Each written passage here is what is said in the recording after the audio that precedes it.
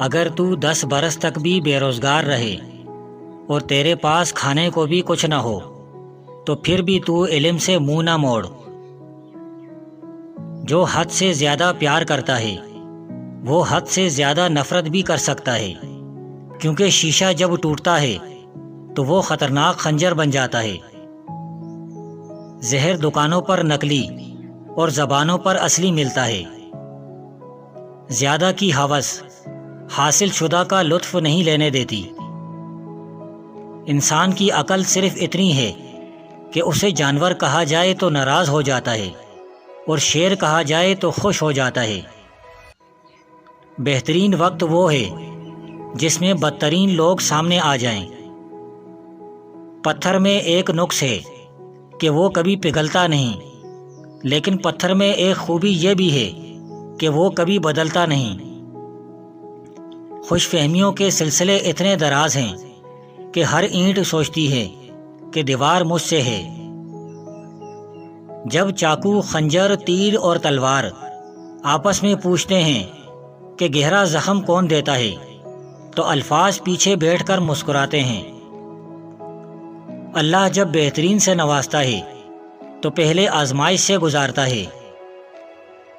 رشتوں کو ایسی خوبی سے نبھائیں جیسے شہد کی مکھی پھولوں سے رس بھی لے لیتی ہے اور ان کا نقصان بھی نہیں کرتی۔ زندگی کتنی عجیب ہے، ہر انسان دنیا کی قید سے رہائی مانگتا ہے اور رہا ہونے سے ڈرتا ہے۔ حسد دراصل خود اعتمادی کی کمی کا نام ہے۔ زخم چھپانے کا ہنر سیکھو، ورنہ یہاں ہر دوسرا انسان ہاتھ میں نمک لیے پھرتا ہے۔ انسان سب کچھ بھول سکتا ہے سوائے ان لمحوں کے جب اسے اپنوں کی ضرورت تھی اور وہ دستیاب نہ تھے۔ دستک کا تسلسل مانگنے والے کی شدت کو ظاہر کرتا ہے۔ ہمارا تعلق اس نابینا معاشرے سے ہے جہاں اداسی کا یقین دلانے کے لیے آنسو بہانے پڑتے ہیں اور بیماری کا یقین دلانے کے لیے مرنا پڑتا ہے۔ فقیر کی بھوک صرف اس کی جان کھا لیتی ہے، جبکہ سلطان کی بھوک ملک و ملت کھا جاتی ہے۔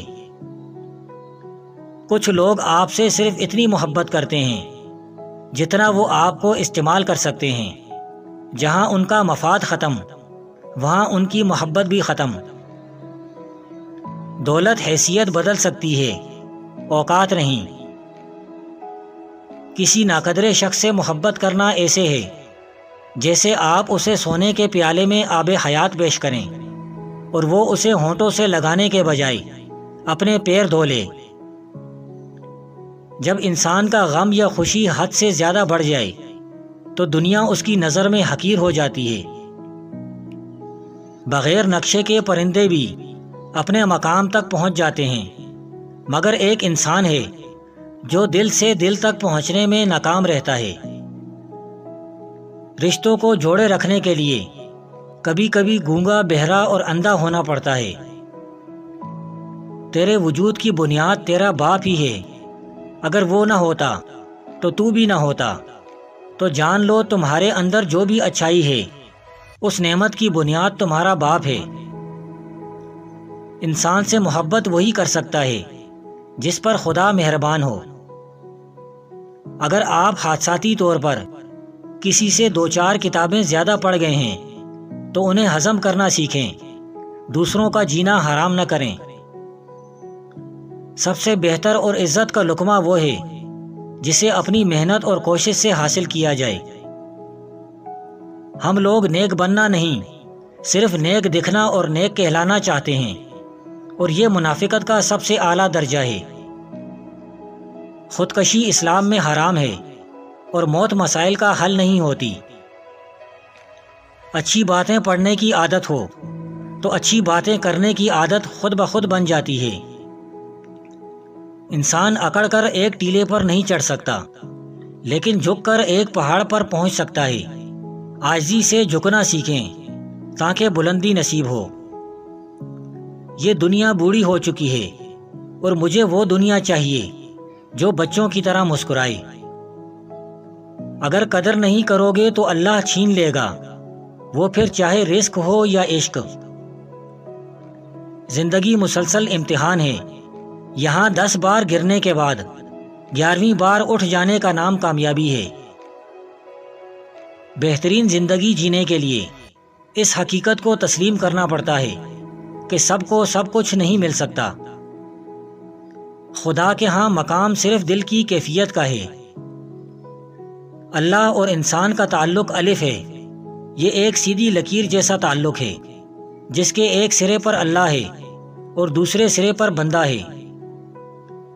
پریشان نہ ہوں، اللہ بھی وہی دروازہ کھولتا ہے جس کی چابی آپ کے پاس نہیں ہوتی۔ جب دولت قریب آنے لگتی ہے تو 2 چیزیں ظاہر ہونا شروع ہو جاتی ہیں، ایک دروازے پر سائل اور دوسرا خواب میں دولت نظر آنے لگتی ہے۔ مرد کی فطرت ہے، اسے مکمل مل جانے والی چیز سے اکتاہٹ ہونے لگتی ہے۔ انسان دنیا میں بہت سے برے کام مختلف قسم کے خوف کی وجہ سے کرتا ہے۔ اگر خدا کی مدد پر یقین کامل ہو جائے تو انسان برائیوں سے بچ سکتا ہے۔